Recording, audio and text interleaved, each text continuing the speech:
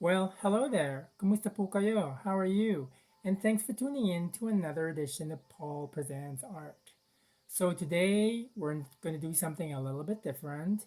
I'm inviting you into my home and we're going to go and have a look at my personal collection of Japanese woodblock prints from the 19th century. So it's a little bit of a different type of collection because when you talk about Japanese woodblock prints from the 19th century, the ukiyo-e, you often see or even hear about the works by artists like Hokusai, Hiroshige, and those two examples are artists who actually lived in Tokyo, which at the time is actually known as Edo. But there's also a secondary city that actually produced a lot of really beautiful Japanese ukiyo-e prints during that time, and that city is Osaka. And like I said, it's kind of like a smaller city than Tokyo because Osaka is the second largest city at the time. But the prints that they produce are really quite beautiful, and they often specialize in kabuki prints. So what I want to do is I want to share with you my small collection of Japanese ukiyo-e prints from the Osaka region. And I'm just sort of like highlighting this book over here, which is a very, very influential and very important book about the theatrical world of Osaka prints. So I hope you enjoy the video, and we're going to start right now. Okay, so I think this is a really good print to start. We're just gonna go and open it up.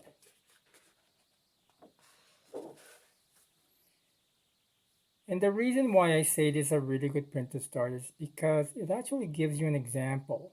On the right, for example, is the actual drawing made by an artist. And then on the left is the actual finished product.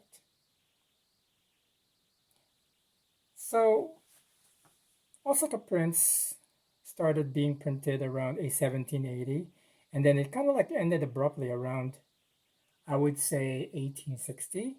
This particular one is actually around 1860. Let's have a look. Yeah, this one is 1850 and it's by Hirosada. And Hirosada was one of the big names of Osaka print production. It's kind of like equivalent to Hokusai, but not as much in terms of production. You also have to understand that Osaka is a much smaller city.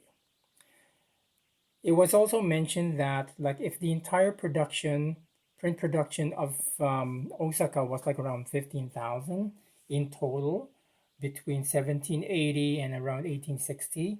And then you look at somebody like Hokusai who actually created 50,000 print designs in his entire lifetime. You kind of like get an idea in terms of the prolificness and proficiency of the city of Edo versus the city of Osaka. This entire style is very, very typical of Osaka. And I'll tell you a little bit more about why the style is sort of like this. But this is kind of like more the style that is actually quite prevalent in terms of a lot of the later prints of the Osaka region. I'm going to concentrate on this preparatory drawing because in Japan, the entire print industry is actually kind of like it's divided into different labors. So what you do is that you ask an artist to actually create a design. So that would be a design that the artist might actually make in drawing format. And then it gets passed on to somebody who actually sort of creates this version. And this version will be sort of like have the black ink lines, and then you'll have sort of like telling the other people where the colors are going to be, and then it gets passed to another person who carves the blocks. So for each color, there's a block. So for this particular one, when you look at this final piece over here, it will have a particular block for the black ink, the black outline, and then it will have another one for the red, and one for the yellow, and one for the aqua, and a lot of other things that are actually going to go into the design. So in total, you can have as much as 20 or 30 blocks carved by the wood carver themselves. And then after all the blocks are done, they're actually given to the printer, who is actually responsible for printing them. So it's a four-stage process. First, the artist is commissioned to actually create the design. Then it goes to the person who actually renders it in black ink and separates all the colors. And then the third one is the carver of the wood that actually sort of like makes sure that each color is represented for each block. And then there's the printer. And all of these people are actually paid by the publisher. So each publisher will have some sort of like contract with the artist, and they have their own sort of like coterie of wood carvers and engravers that would do the entire print run. So we're just going to close on this one and we're going to go to another one. Okay, so from this moment on, I'm going to go and just do a handheld. And this is another print that I'm going to be showing you. And it is another print by Hirosada. And I want to tell you something about the artists who actually make these prints. They're all amateurs, so they don't really earn their money or the majority of their living making prints or designing prints. It's not like in Edo, like for example, people like Hokusai. They are so prolific that they're actually able to actually earn money to pay for the necessities of life. But in Osaka, because the production is pretty much maybe 1/10 of the production of Edo, which is a much bigger city, these are all amateur artists. So they produce these works whenever there's a contract by a publisher, or but at the same time, like they have other jobs. Like sometimes they actually just work for the publisher, or they work in other areas of the industry or in other industries as well. But they just do this as a part-time thing. But it's incredible that they're able to actually go and create these beautiful prints, and it's all because of the entire sort of skill of the wood carvers and the print designers and the people who print this sort of print these prints. You look at this print, for example, and you look at the gradations that you're looking at here in the little sort of like title cartouche, and you look at the complexity of all of these kimono patterns. You realize that Osaka is actually far superior in terms of its production of some really deluxe prints.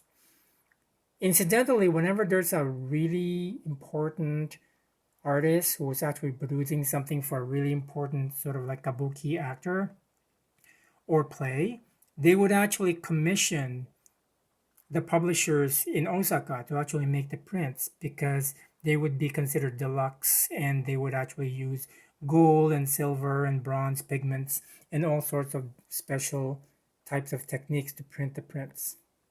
So even though I mentioned they're all amateurs, the caliber of work that's being produced is really quite exceptional. This is a Kunimasu print. He also is another artist from the Osaka region. And I'm just going to go and have a look at all of the complexities of this print because you notice that little scroll. He is an assassin. And the name of the person he's supposed to kill is actually contained in that scroll. And this is a very common theme in kabuki. You have to understand that these are all kabuki plays. They're all pretty much plays that were produced in Osaka. Because the thing about it is that if you're going to have an Osaka production, it's probably going to have plots that are actually very local. So it wouldn't really translate very well if you actually go and take it to Edo. It's not like Shakespeare, It's not universal. Like the tales that are actually being told or being experienced in Osaka are all very different from the people's interest in a big city like Tokyo. So one other thing I want to mention is that most of the prints that I have are actually in the latter period between like 1820 and 1860, and that's pretty much the breadth of the period of time that Osaka prints were actually in production. It's not a very long period of time. It spans like about 80 or 90 years, and that's it. I want to take a moment to actually also mention something about the paper size, because I don't know if you've realized this, but the size of the paper in Osaka is actually smaller. It's called the Chuban format, which translates to about 8 inches by 10 inches. And when you look at prints from Edo or Tokyo, they usually use the O-band format, which is about 10 by 15 inches. Initially, in the early stages of printmaking history, they were using the larger format prints like O-band. But later on, like around the 1840s and 1850s in Osaka, anyways, they had reduced it to the Chuban format, which is 8 by 10. I have a feeling that it has really more to do with economy because, like I said before, they don't really have a large sort of like uh, production for these because weren't really a lot of people who were sort of like buying prints, but the entire audience for kabuki is very big. You have to understand that kabuki is kind of like the lower form. It's almost like equivalent to a soap opera. So people love to sort of go and have a look at their soap operas. And they would go to the kabuki to sort of like pass the time. And so they would buy these posters and they would actually put them in the screens or something like that in their home. And then when there's another one that's actually being produced, then they would buy newer ones. So we're just gonna go and have a look at this diptych now. And I have to sort of like admit, some of these diptychs are actually really kind of funny. Just gonna go and have a look at this one. And